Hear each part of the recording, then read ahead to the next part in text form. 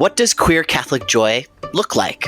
Not just survival, not just resistance, but resurrection. So often, the stories told about queer and trans Catholics are stories of pain, and those stories do matter, but they're not the whole story. In this episode, we're celebrating queer Catholic joy.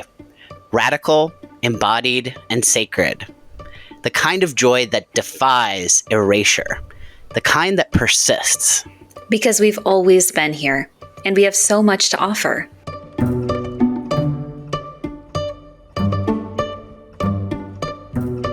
Welcome to Whiplash with Maxwell Kuzma. The show where two queer Catholics, Max and Emma, dive into the dark and twisty Catholic faith we were handed. And the beautiful mess we're building in its place. It's a journey of exploration, excavation, and deconstruction. As we challenge the limited view of God we were taught. An embrace of fully affirming, expansive Catholic faith. No topic is off limits and no question is too big or too small. We're in this together, figuring out how to reconcile our queerness with our Catholicism, and maybe, just maybe, even reimagine them both.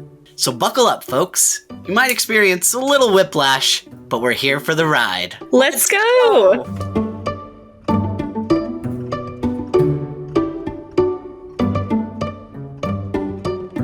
Welcome back to Whiplash, the show where we explore the cracks in Catholic culture and what grows in the rupture. I'm Max Kuzma. And I'm Emma Cieslik. And today we're talking about joy. But not just any joy, queer Catholic joy. So much of the conversation around LGBTQ plus Catholics focuses rightfully on pain, exclusion, and survival. But we also know what it means to find joy that is defiant, sacred, and enduring. Joy that's rooted in resurrection. This is the joy of hearing your name spoken with reverence, the joy of being seen, not as a problem to fix, but as a miracle already unfolding. We're going to talk about trans embodiment as spiritual truth, queerness as theological wisdom, and why full inclusion in the church isn't just about justice, it's essential to the life of the gospel. This episode is a love letter to the moments that have made us and other queer Catholics feel fully alive, fully human, and fully beloved in the tradition of our Catholic faith. So, whether you're holding hope with trembling hands or dancing in the light of your own resurrection, this one's for you.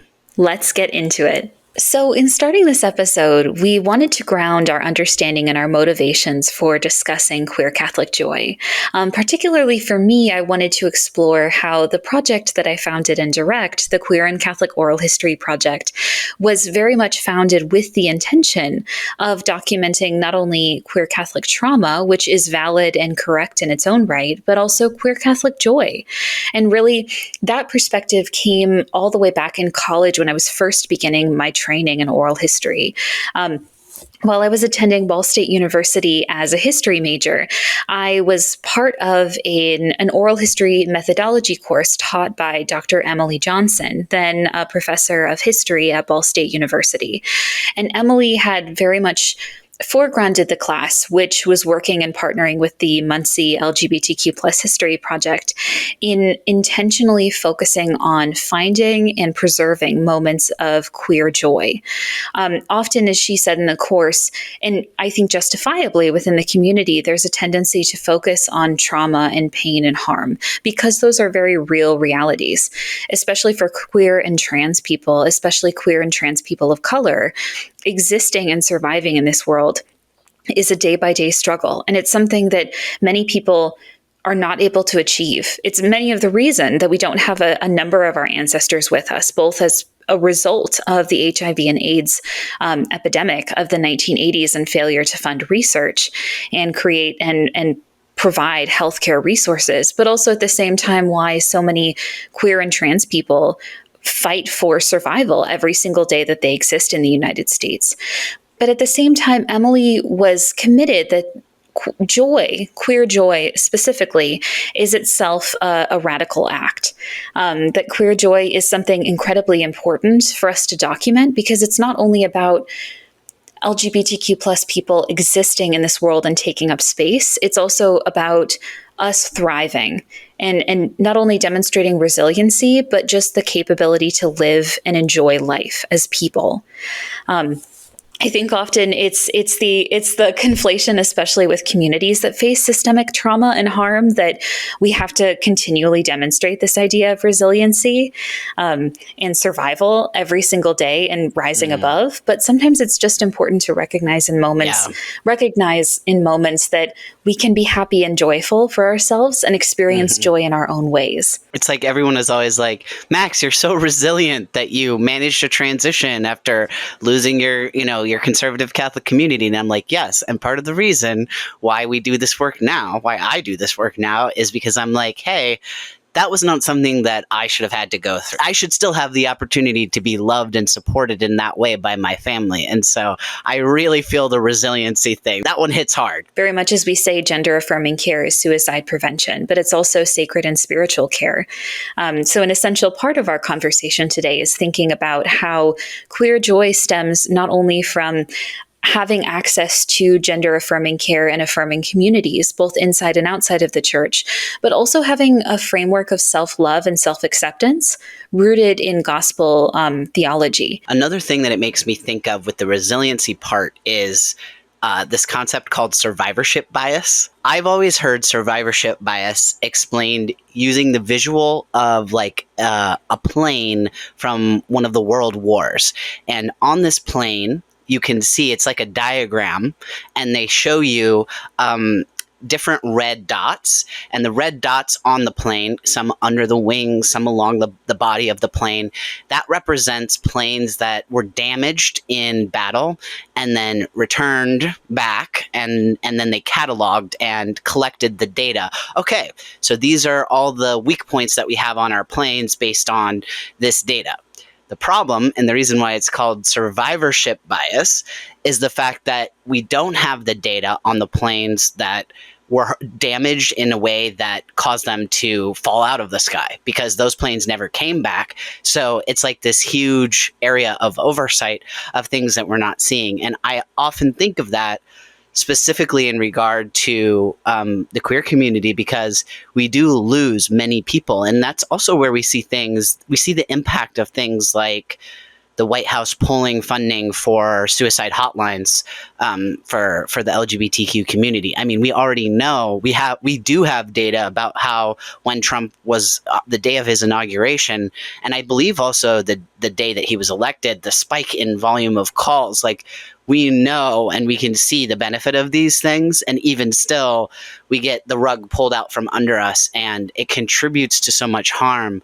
But yes, to your point, Emma, we have so much to contribute, and so it's a complex moment of having to hold the tension of we shouldn't have to survive under such harsh circumstances, but we also have so much that we've experienced in having to survive, that we have these rich theologies that, in my opinion, have so much to offer to the broader community. So it's an interesting tension to hold there. It really is. And I feel that tension every day in the work that I do with the Queer and Catholic Oral History Project, but also just as a public historian and museum worker who focuses on queer history and the intersections of faith, spirituality, gender, and sexuality. So for me, one important thing— The big three.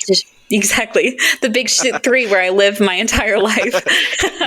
Nothing too easy going here. You're in it. Yes. Well, and I do love that when I speak with some of my friends and I explain what work I do, they're like, so no like fun histories of like the history of ice cream for you. Yeah.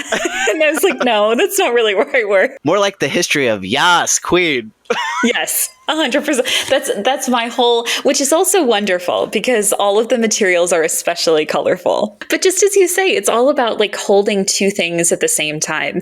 And very much two things can be true at the heart of the Queer and Catholic Oral History Project, but also queer archiving. So for me as a queer public historian, I'm faced with a lack of information and documentation and records and stories, because in both ways, like queer-phobic communities, patriarchal and cisgender heteronormative ones, have systematically destroyed records documenting queer communities and their history. But then at the same time, we also have individuals who were community members that destroyed their own documentation to protect themselves and to protect others who might have been outed after the fact. So at the same time, there's like a loss of ancestors that we feel, even in the Oral History Project, as people pass away and we're not able to record their histories before they move on. Yeah, absolutely. And I also think that complex relationship to history, that's something that definitely, as a transgender person living in 2025, I often feel that especially poignantly and profoundly, because the whole thing is that, like, how do I reconcile my relationship to, like, the identity that I lived for 27, 28 years before I transitioned?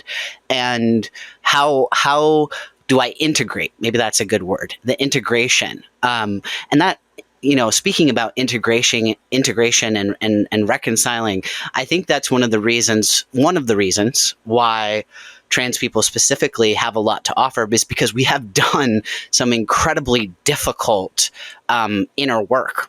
And to me, one of the benefits of church community is that it's a community of people who have gone through different things. It's not like a linear one-to-one. We don't all have to be going through the same thing to help each other. And so two other things I wanted to mention from what you said. First, the idea of holding two things at once. I think that's also hugely important. We've talked at length, we've written at length in our written series on Catholic masculinity, which you can find on the Substack, which goes into so many of these contemporary issues with examples of Bishop Barron, etc. Not to do too much of a long promo here, but it's really quite timely and even still relevant, even though we wrote it a few months ago. But something we talk about a lot in there is essentially fundamentalism. And the core issue of fundamentalism is that it doesn't want to allow two things to exist. It wants to only have what it wants. So this project on queer joy, we originally wanted to place it in the context of Easter. And that got a little bit delayed because this life-changing global news happened about Pope Francis's passing. And so now we're in conclave, and you can see, if you're watching the video version, Emma and I are both wearing red. We sort of planned it. Emma planned it more than me. I just jumped on the train. We're wearing red like the cardinals who are in conclave now. But yes, I just wanted to set up a few of those other elements, and I think I made that transition work. What do you think, Emma?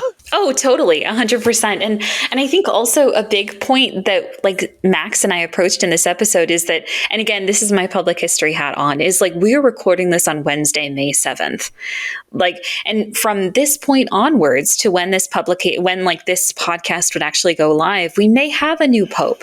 This may be a different world that you're hearing this podcast episode in. Maybe a different world that you're experiencing queer Catholic joy. People are wanting to know, who is the next pope going to be and how is it going to impact the queer community? Because, as we spoke about in our Pope Francis episode of this podcast, the role of the pope in providing welcome or providing exclusion to the LGBTQ community is massive. 100%, 100%. And that's why, very much for me, a lot of the work that I do, public history is very much not only recording the past, but also recording the present. Because it's people like me who will look back at conversations like this. We look back at our Catholic masculinity series and see how it resonates. So for me, very much archiving and public history work, but also connecting with queer Catholic ancestors, is a form of sacred work for me, and something that I truly enjoy and appreciate being able to do. And something that I think this podcast is doing, and we've seen in the comments that you all have shared, is really speaking to younger generations of ourselves, people who can actually connect with us online, who are looking for content, and who are also figuring out what queer Catholic joy means to them, what it means to navigate remaining inside of the church, navigating and potentially changing and adjusting their definition of spirituality and their engagement with, like, these time-old rituals in ways that are affirming to who they are.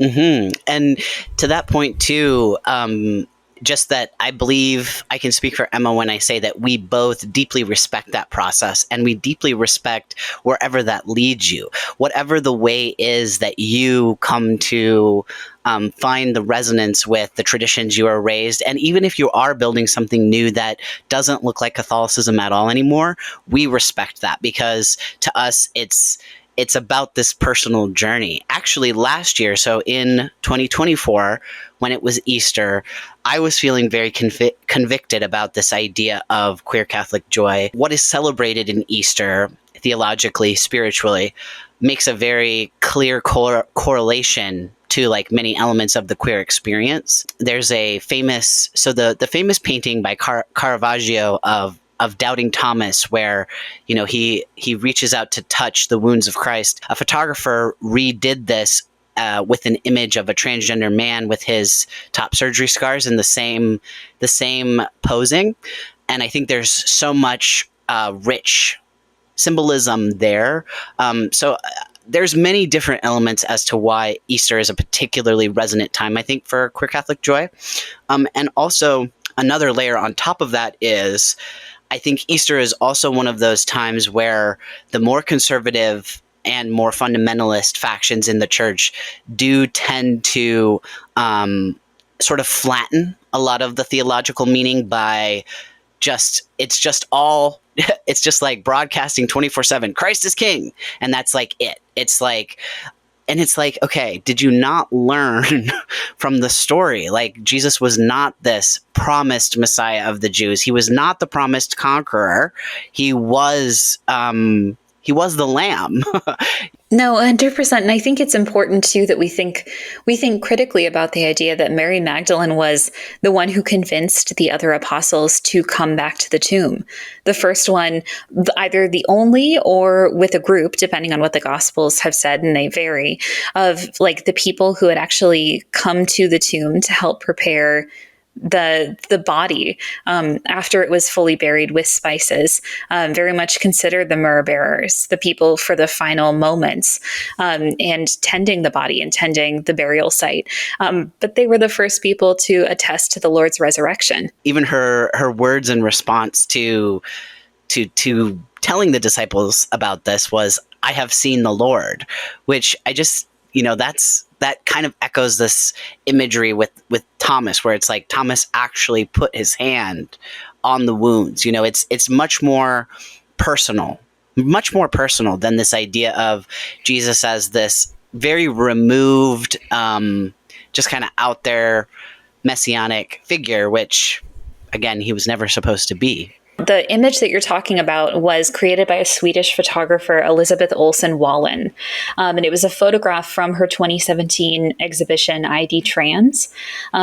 Elisabeth Wallen was also deeply instrumental in a queer recreation of the Last Supper, one that many people pulled in when opposing the last Olympics, like in introductory ceremonies, when, again, in all actuality, what we were seeing was the recreation of a bacchanal and a specific Dionysus-centered festival from ancient Greece. But not a Christian tradition. Not a Christian tradition. But what you say, Max, is really important, because in this image, titled and based off of the incredulity of St. Thomas, in this reimagination, we see a man who's actually touching a trans man's top surgery scars, just as Thomas is actually touching the side wound of Jesus as a way to authenticate and understand who these people are. Mm-hmm.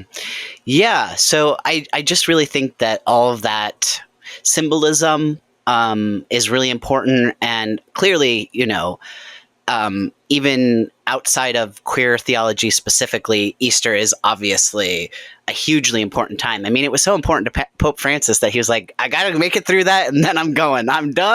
I just got to make it through Easter. He said, I like the Lord's style. Let me just say. Yes.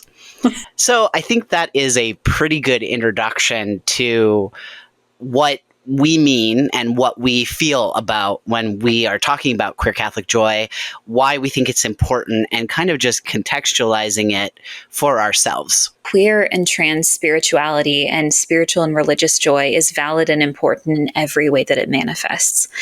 So it's something that I've researched and looked around. Maybe Catholicism isn't the space for you right now. Maybe specifically existing within the church isn't a safe space or one that's affirming for you. That's totally okay. Exploring and finding meaning is understanding that not everyone is going to be drawn to spirituality, but for many people, spirituality and faith communities are an important part of how we exist. And understanding that is also understanding like basic human needs and believing in things. And people also having a right to have access to spiritual care for themselves and to feel joy through that spirituality.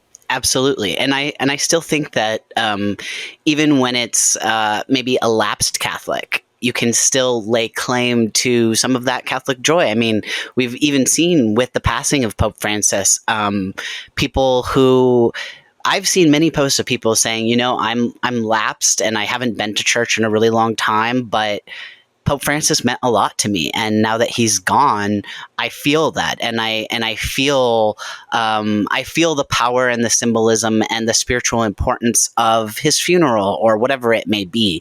So I think there's many connections there. It's very interesting because there are some very specific moments, like there are very specific moments associated with finding community, realizing that there was a large group of LGBTQ Catholics like myself, transgender Catholics as well, who were excited about the faith, were formed in the faith, were available to connect with, and that is a huge part of what queer Catholic joy means to me. It has to be, because it just to have done music ministry so many years before in conservative spaces, and to have felt so much joy doing that, but to have never showed up as my true self, of course it's going to be transformative when I finally am in scenarios and environments where I am with an affirming group, where I'm not hiding something about my identity, where I am singing or playing the flute because that's what I grew up in music ministry. I'm doing so next to a Catholic lesbian whose wife is there, you know, to know that those things are possible, that's just huge. And so it's impossible to understate the importance of that. But I also am very conscious of the fact that it took money for me to travel to the place where those queer Catholics were meeting. I also wanted to include other things that have really meant a lot to me. And for me, that really comes into reclaiming and healing through queer theology. Queer theology has been super important and impactful to me, because when I cracked the door to saying, well, maybe it is possible to be transgender and Catholic, then I was like, okay, well, if it is possible, then what spiritual fruit is available to me?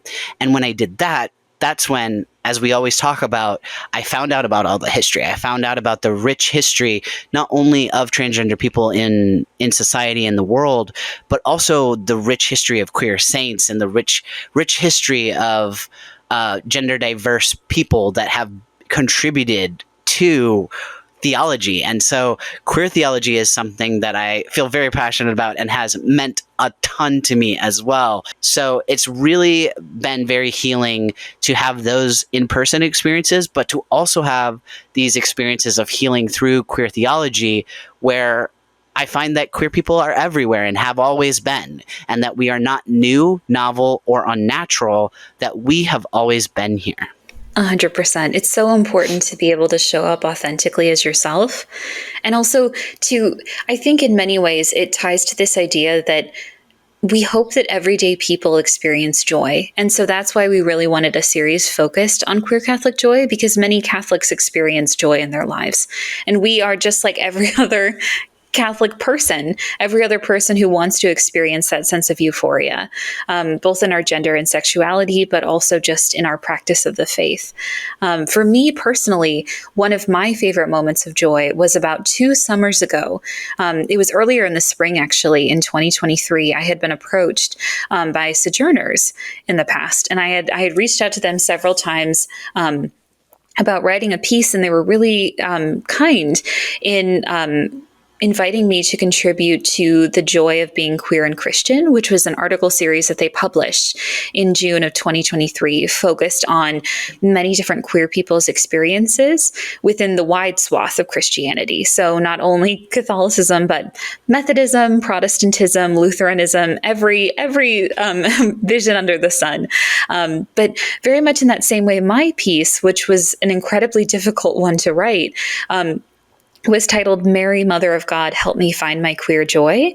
And the piece itself was very much centered on the idea as a queer woman, especially one for whom Mary was a key part of my experience of purity culture and an icon that was connected to the idea of Marianismo.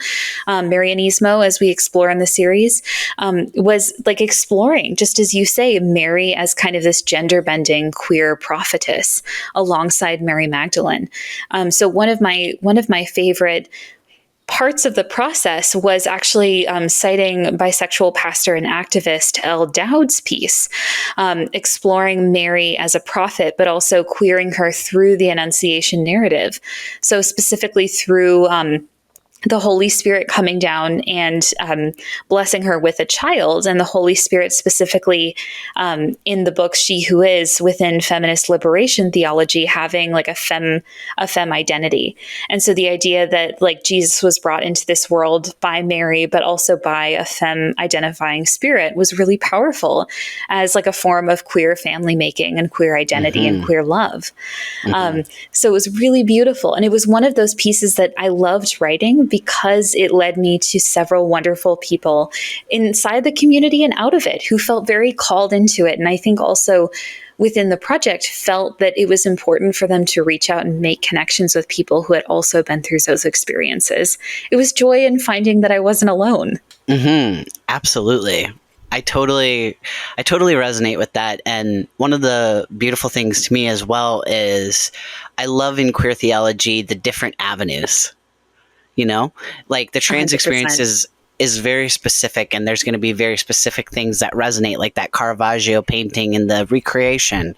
But for yourself as a lesbian femme person, it's a different pathway. It's a different way of connecting. And that's again what I mean about there's layers of richness here. And why would we limit ourselves when we have the opportunity to benefit from this beautiful diversity? 100%. And it ties back to what we started the episode with. The idea that two things can be held and can be true at the same time is that just how I'm connecting to Mary as an icon of like lesbian and sapphic relationships, at the same time, her focus on and very much connected to this idea of virginity and purity, but also defiance of traditional heterosexual relationships and conceiving a child through a heterosexual relationship is very much like resonant among asexual communities. So just one reading of a story doesn't have to be more true or more valid than one another. And that's the richness that queer Catholic theology brings to the conversation. And recently, on March 31st of this year, which is Transgender Day of Visibility, and there's an interesting thing about that as well, because also last year in 2024, Transgender Day of Visibility and Easter were actually on the same day. And there was a whole thing where the conservatives were like, President Biden is basically making Easter woke. But the thing is that Transgender Day of Visibility is always March 31st, but Easter is not always March 31st. So the real question is, God, what were you thinking when you made those the same day? It wasn't Biden's fault. And of course, you know, as everything with far-right communities, everyone took it perfectly well. Nobody read into it. And there was no conflict ever. Exactly. But this year they were not on the same day. So we kind of dodged that drama for this year. But there is a trans non-binary speaker, comedian, very cool advocate person called Aluk. Aluk did a sermon for Middle Church, which is apparently in New York. I don't know much about this church, if it's part of a bigger group or what. I just know about this sermon, which I thought was very powerful and very beautiful. And it speaks to this idea that you just brought up, Emma, which I think is incredibly important, of different readings of things, different readings of symbols, different readings of text or characters. And the title of this sermon is I Am About to Do a New Thing. And at first glance, I thought, well, what is this from? Where is this from? And it turns out that line is actually from a passage in Isaiah. And so I wanted to read to you the context of where it's from, and then speak a little bit about my interpretation of, or to include some of what Aluk was talking about, because I found it to be very powerful, even though it's not explicitly Catholic. I think the power of queer theology is definitely on display in this sermon. It's from Isaiah 43:16 through 21. Thus says the Lord, who makes a way in the sea, a path in the mighty waters, who brings out chariot and horse, army and warrior. They lie down, they cannot rise. They are extinguished, quenched like a wick. Do not remember the former things, or consider the things of old. I am about to do a new thing. Now it springs forth. Do you not perceive it? I will make a way in the wilderness and rivers in the desert. The wild animals will honor me, the jackals and the ostriches, for I give water in the wilderness, rivers in the desert, to give drink to my chosen people, the people whom I formed for myself, so that they might declare my praise. And so in the sermon, Aluk delivers a powerful meditation on the sacredness of trans and gender nonconforming lives, affirming them as everyday miracles and vessels of divine beauty and grace. They frame queerness not as confined to the margins, but as a site of prophetic truth-telling, transformation, and embodied possibility that threatens oppressive systems precisely because it reveals that freedom and joy are birthrights. This is just so exactly, I feel that they did such a good job expressing exactly how I feel about the importance of queer theology, which is why I wanted to include this. Aluk critiques the misuse of religion and language as tools of hatred, instead envisioning love speech instead of hate speech as a poetic and redemptive force capable of healing and reconnection. Through personal reflection, they describe the writing act as an act of divine surrender and spiritual closeness, culminating in a poem they wrote that proclaims a new way of being, one rooted in love, awe, and the radical act of embracing humanity even in the face of cruelty. They call for a pilgrimage not across borders, but within, from fear to faith, and from judgment to love. So a very, very powerful sermon, and I encourage everyone to go check out the full thing for sure. And in reflecting on it, one of my core missions, kind of as I've alluded to before, in the advocacy work that I do, partially, this podcast as well, is to reimagine the current interpretations of queer theology through a queer lens, in much the way Aluk has done here. We have this rich history of saints and mystics who have done exactly this. So what I'm talking about is more so a movement to center these queer and trans Catholics as full participants and contributors in the life of the church. There is a rich theology here, and we can draw from Catholic social teaching, queer theology, and the lived experiences of LGBTQ people and others on the margins to question unjust structures within the church and broader society. In doing so, we can also provide intellectual and spiritual companionship for people who are navigating these questions. Faith after disillusionment, imagining liberatory futures beyond the limitations of conservative binaries like the ones that harmed us as children.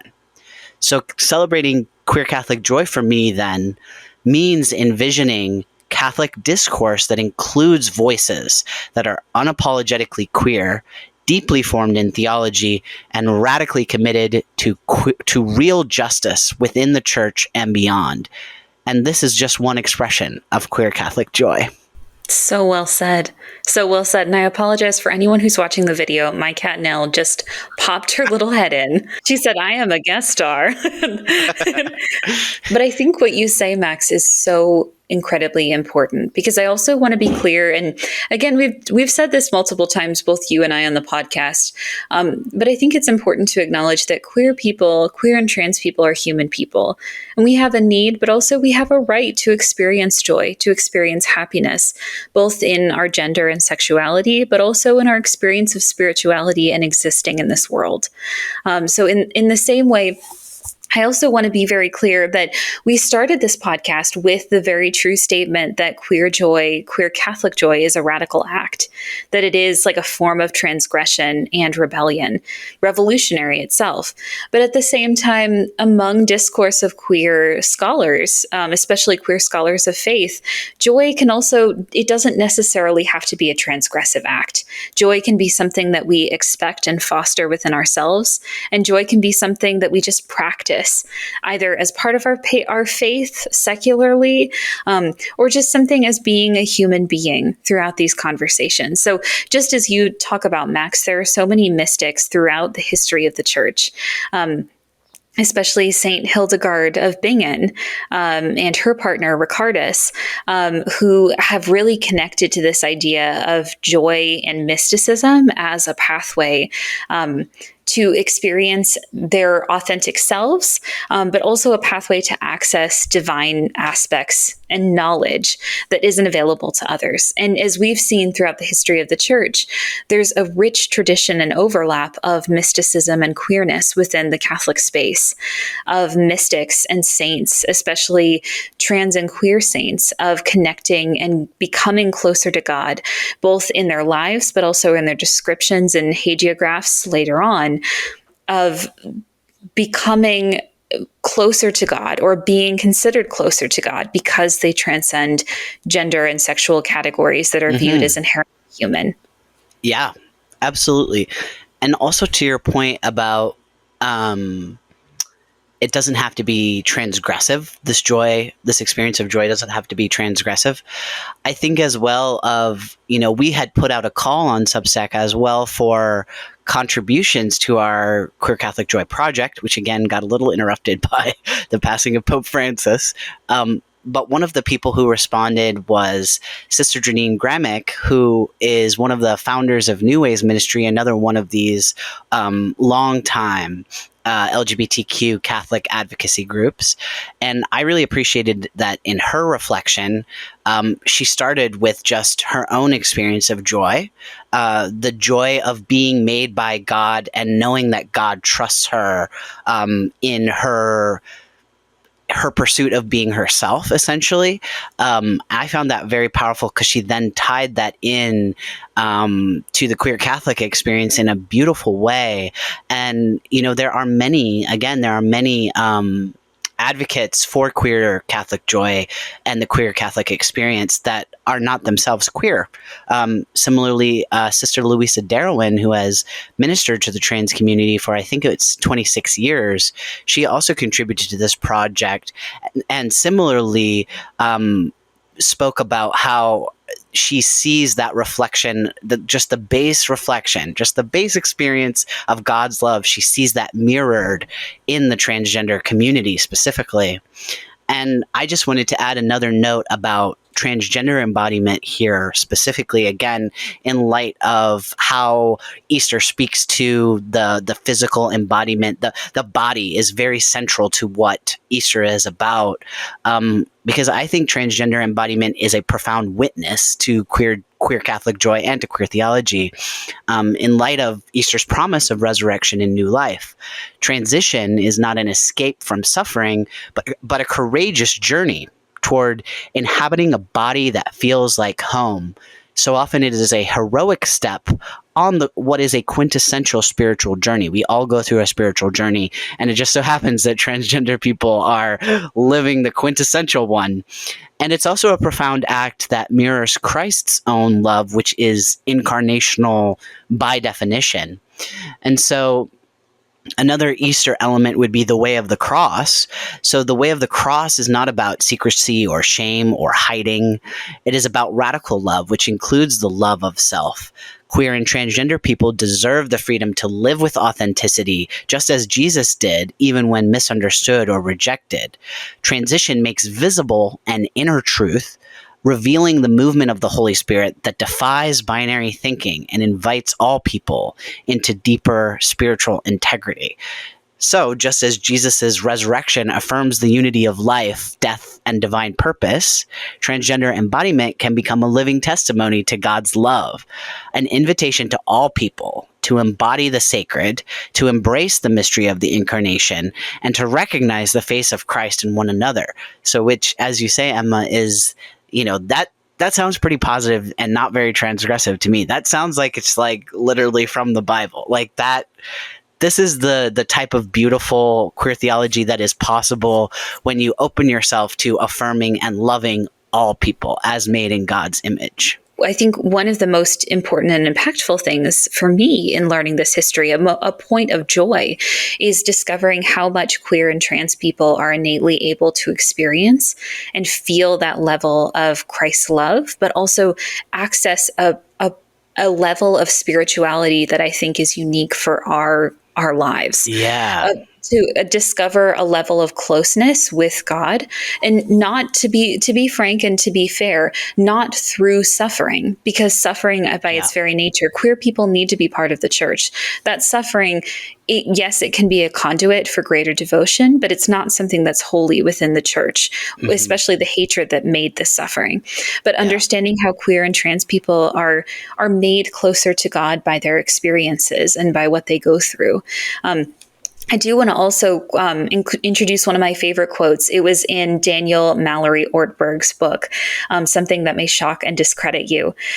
Quote, as my friend Julian puts it, only half winkingly, God blessed me by making me transsexual for the same reason that God made wheat, but not bread, and fruit, but not wine, so that humanity might share in the act of creation.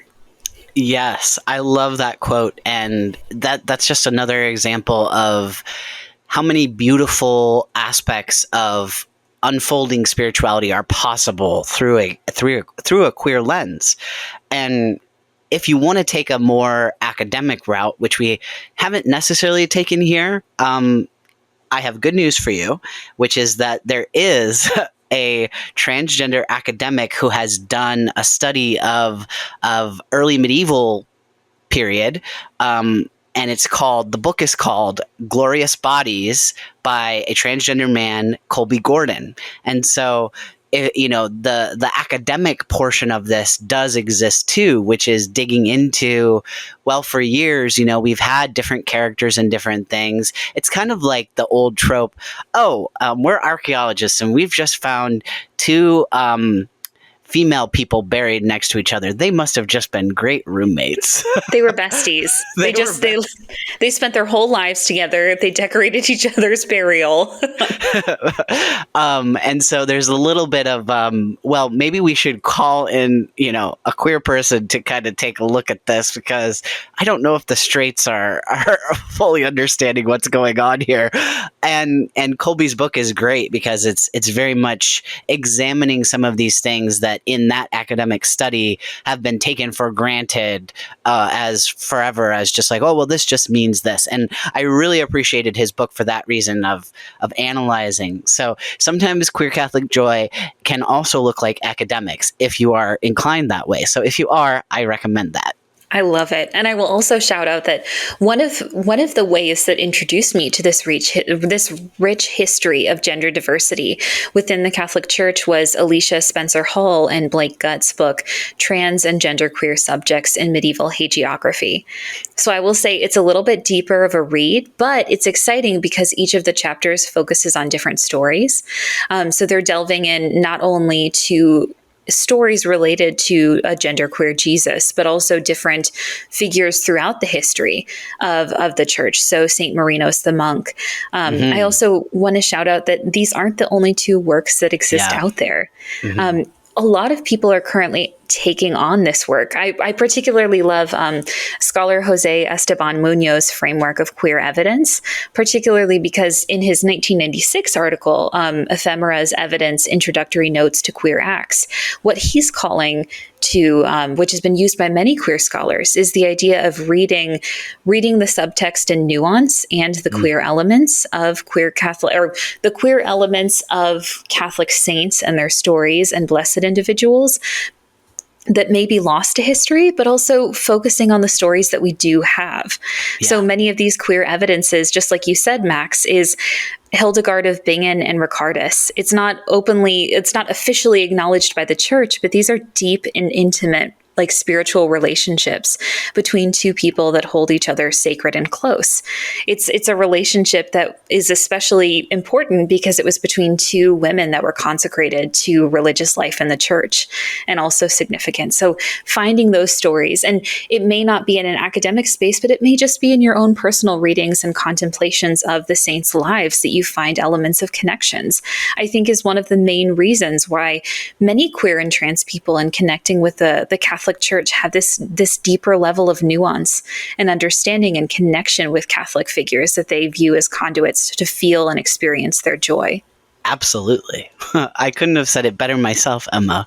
I just think that the spiritual journey aspect is super important to me, because really I chose the word quintessential on purpose, because the spiritual journey is kind of like the main building block of what a faith is about. I mean, no matter, to be honest, what your tradition is, it's really going to be a journey, because none of us are completely perfect and polished and ready to go, like in the in-between. It's a journey. It's a process. And so I think for LGBTQ Catholics, for queer Catholics, it's one of profound depth, resilience, and faith. It can be marked by rejection, grief, and isolation, but it can be transformed by an unshakable commitment to God, who created and loves us, and really feeling that deep within ourselves, that love of God, even if there are people that are not, mirroring that to us or showing that to us, we can still know deeply inside of ourselves that we were created out of love and for love. And so, our faith is not shallow or performative. It is hard-won, deeply rooted, and powerfully alive, to speak to that resilience again, that shouldn't have needed to be resilient, but deeply resilient. LGBTQ Catholics have so much to offer the church: our witness to hope in the face of despair, our embodiment of God's expansive creativity, and our insistence that all people are worthy of dignity and joy. Full inclusion and participation are not just a matter of justice, they are necessary for the church to live fully into its mission of love and communion. What has been especially important in many ways for us is that we are not happy or in any way grateful that Pope Francis died when he did, I think, but his specific death influencing and shifting when we engaged with this Queer Catholic Joy series is important, because now we're at a critical moment recording this. Just tonight, we saw that the smoke that came out of the Sistine Chapel vent was black, so we don't have a new pope yet, but we have hope and joy in the future. That, just as you said, Max, that queer and trans people are not going anywhere. Just as we explained to the BBC, literally the same day that Francis passed, queer and trans children will continue to be born into Catholic families, whether those families are okay with it or not. And knowing and understanding and feeling accepted for who they are is a matter of life and death, just as we talk about spirituality and love in Christ is. Both can be true, both can coexist, and both must have hand in hand in how we experience and live our lives. With that being said, I also want to share that we're hopeful, as many people with the conclave going on right now, that in the future we have a pope just like Francis, who, as we admit, was not perfect. As we talked about in our last episode, he was far from perfect in his approach to discussing histories of sexual abuse in the church, his use of derogatory slurs, dignitas infinita as a whole. Yes. But we're hopeful in many ways that that he opened the door for a future pope that's going to look for inclusion and look and create and have those conversations that he did with members who were previously cast out of the community and weren't even welcome in these spaces to begin with.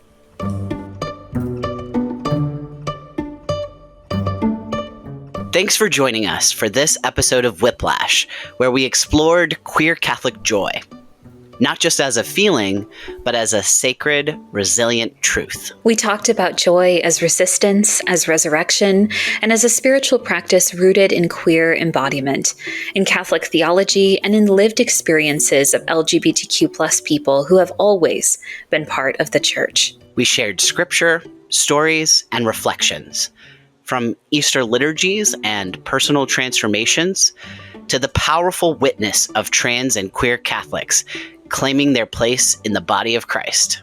If something in this episode resonated with you, we'd love to hear from you. Leave a comment on the episode or send us a message on social media. We're building this community together. And if you believe in what we're doing, holding space for joy, justice, and queer faith, you can support the show through a paid subscription to my Substack, maxwellkuzma.substack.com, or a one-time tip. It helps us keep this podcast free and accessible for everyone. Wherever you are in your journey, we hope you carry this joy with you, because queer Catholics don't just belong, we bless the Church with our presence. Thanks for listening. See you next time. Bye!